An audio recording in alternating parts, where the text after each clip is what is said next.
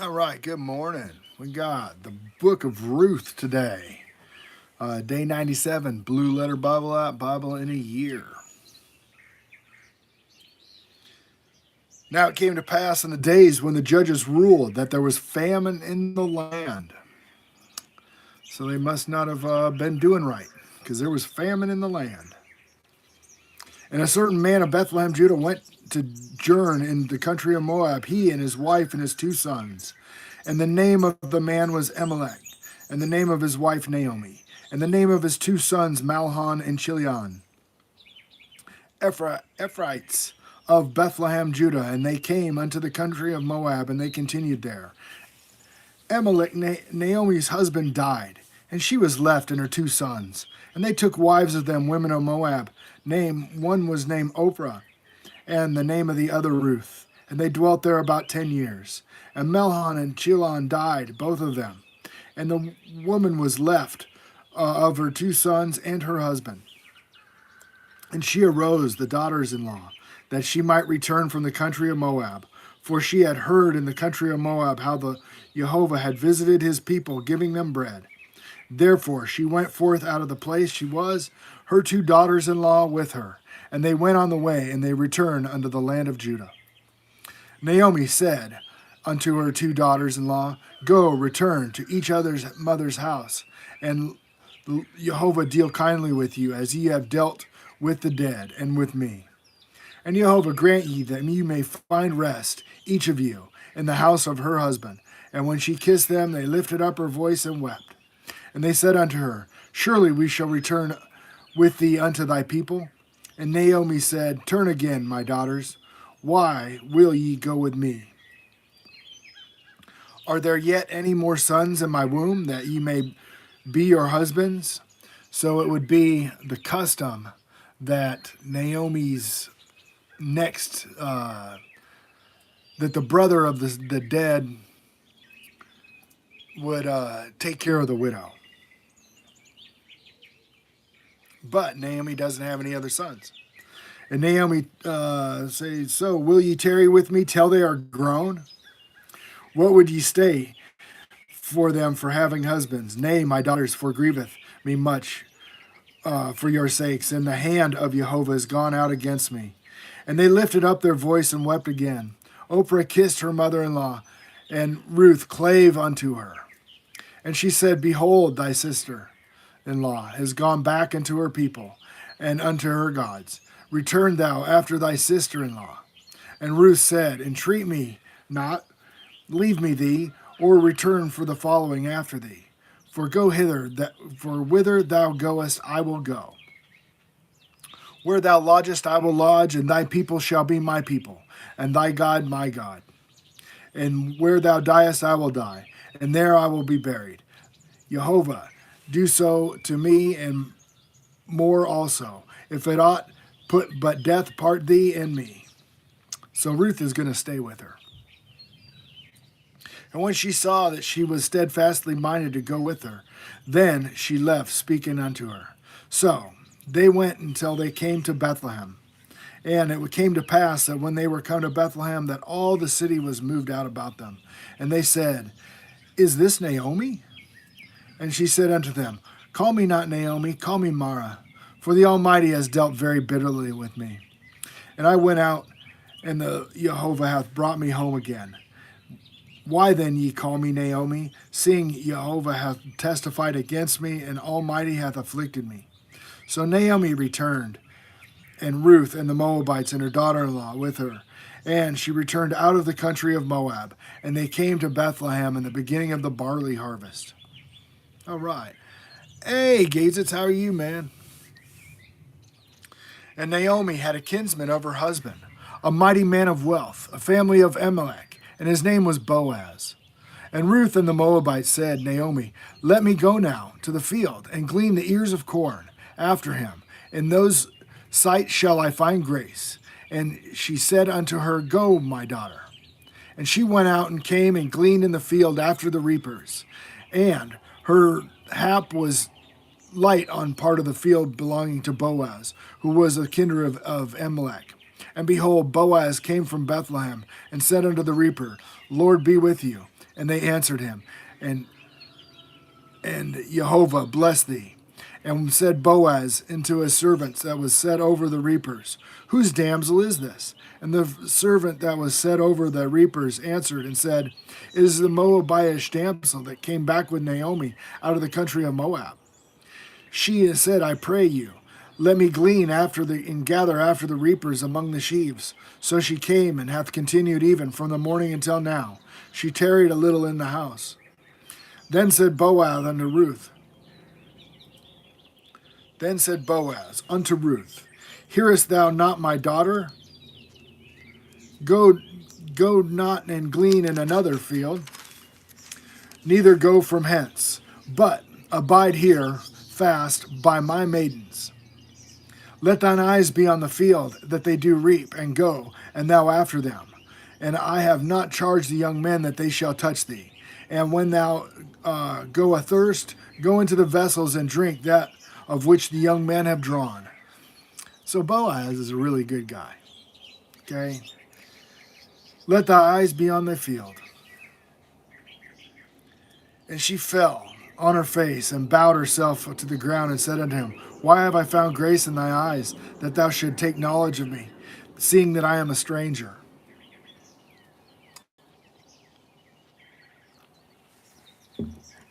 Another account where the strangers are taken care of. When I think what people, some of the doctrine of today, this whether it be like a dual covenant doctrine or this replacement theories, and I get answers from my old pastor, and he says, oh, well, that's for the Jews. And then story after story after story, these strangers are taken care of. Boaz answered and said unto her, it hath been fully showed me all that thou hast done to my mother-in-law since the death of thine husband, and how hast left thy father and thy mother and come to the land of nativity, where art thou unto a people which knowest not therefore. And Jehovah recompense thy work, and the full reward be given thee of the house of God of Israel, under whose wings thou art come to trust. And she said, let me not find favor in the sight of the Lord, under his wings. Under his wings. Man.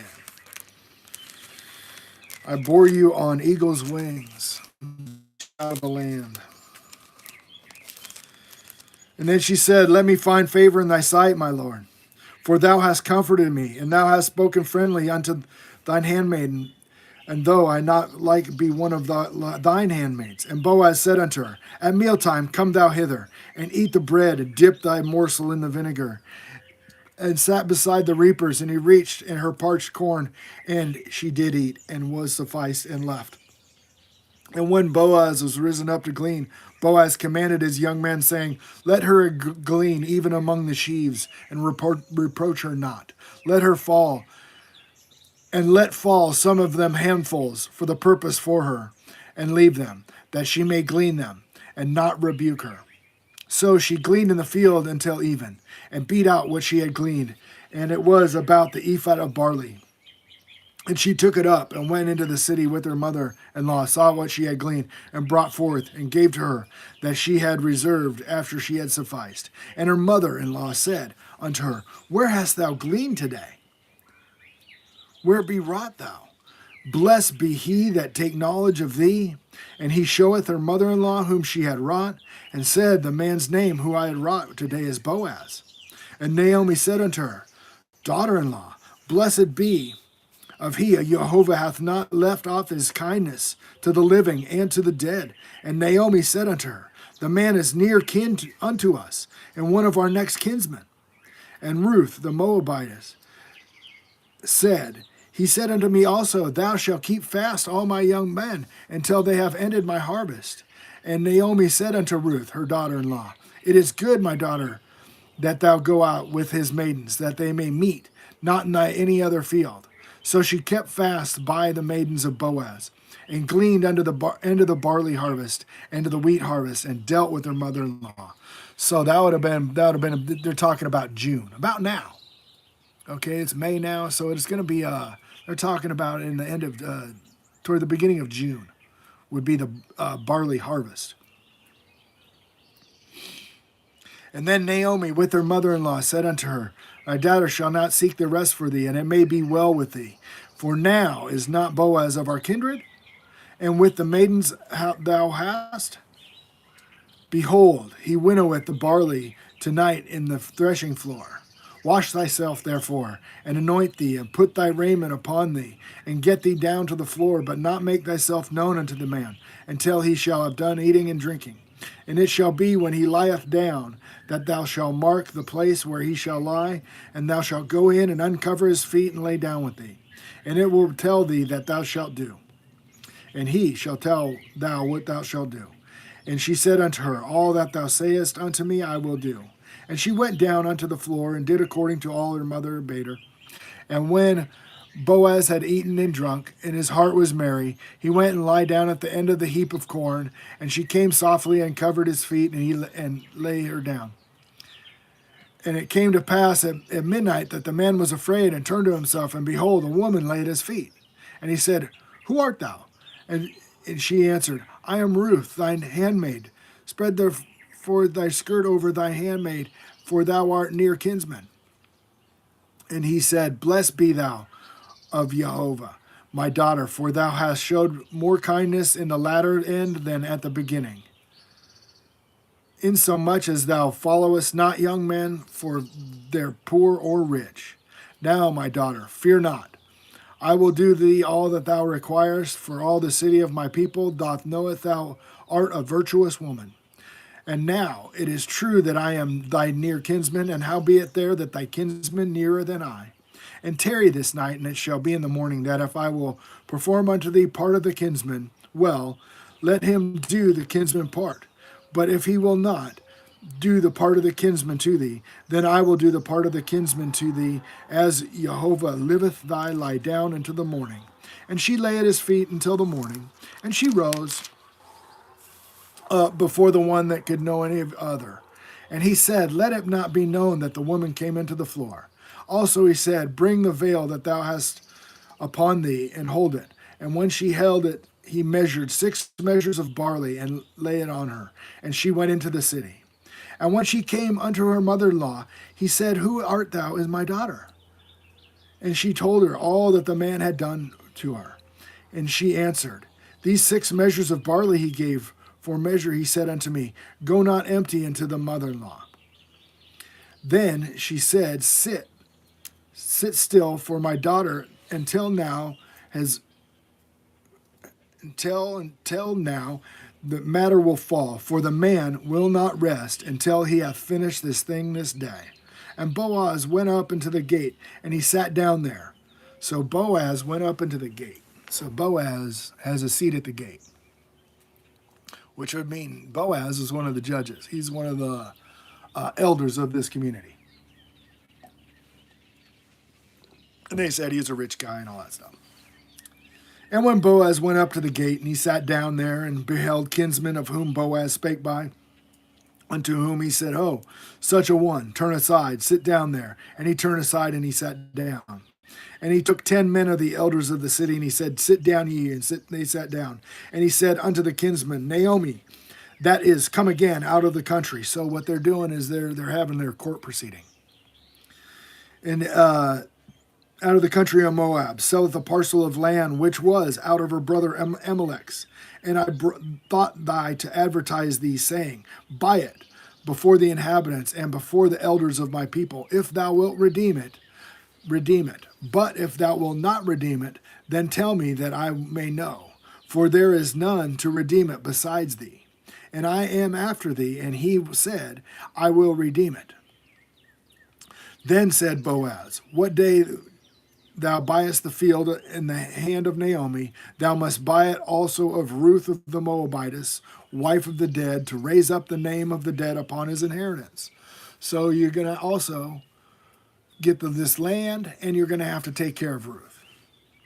and give her sons that will in turn end up with this land, and you'll redeem that land for them.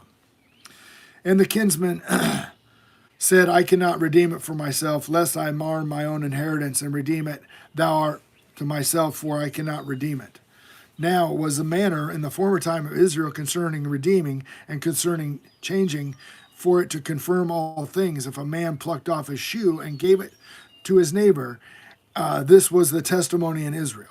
Therefore the kinsman said unto Boaz, Buy it for thee, for he drew off his shoe. And Boaz said unto the elders and unto the people, Ye are witness this day that I have bought all that was Amalek's and all that was Chilion and Mahlon's of the hand of Naomi. Moreover, Ruth, the Moabitess, and the wife of Mahlon, I have purchased to be my wife, and to raise up the name of the dead upon his inheritance, that the name of the dead may not be cut off from among his brethren, from the gate of the place ye are a witness this day. Now, does that have some significance to the redemption of us? I don't know. I'm gonna think on how this fits. There's something about that shoe. I've heard about the something about the shoe. So it's something to ponder. Does anybody in the comments, you guys know? There's 5 people watching, so hopefully somebody can put something in there. Hey, read this, and if you know the deal, throw a blurb in there. I'll go read it. Moreover, Ruth the Moabitess, the wife of Mahlon, I have purchased to be my wife, and to raise up the children of the dead in the name of the dead, to be cut off among the brethren. And is that the whole people? He redeemed the whole people. The house of Israel gets cast off. 2 Kings 17. They do what's wrong in the sight of Jehovah. They're steeped in idolatry, and they get cast off. And then they get redeemed. Maybe. In the name of the dead, and all the people that were in the gate and the elders are a witness. Make the woman that is come into thine house, Rachel, like Leah, who did build the house of Israel, and do worthy in Ephraim, and be famous in Bethlehem. And let thy house be like the house of Perez, whom Tamar bare unto Judah, of the seed which Jehovah shall give thee of this young woman. So Boaz took Ruth to his wife, and when they went unto her, and Jehovah gave her conception, she bare a son. And the women unto Naomi, Blessed be Jehovah, which hath not left thee this day without a kinsman, and without thy name be famous in Israel. I'm remembering the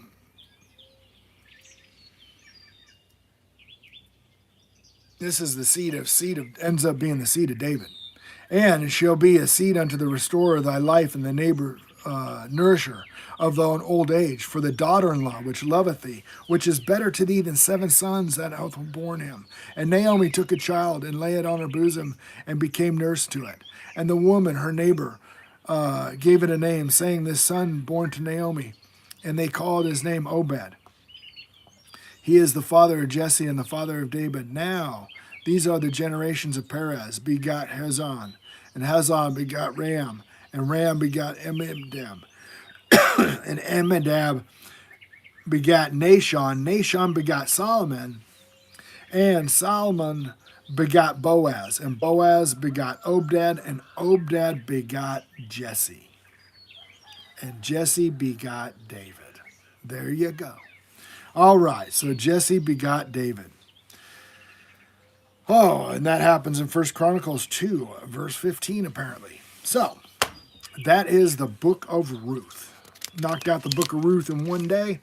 So that is day 97, Blue Letter Bible app, Bible in a Year. If you stick with me, we're going to hammer this whole Bible out 1 year, and we'll have read it all the way through. Jehovah willing. I love you guys, and I'll see you later.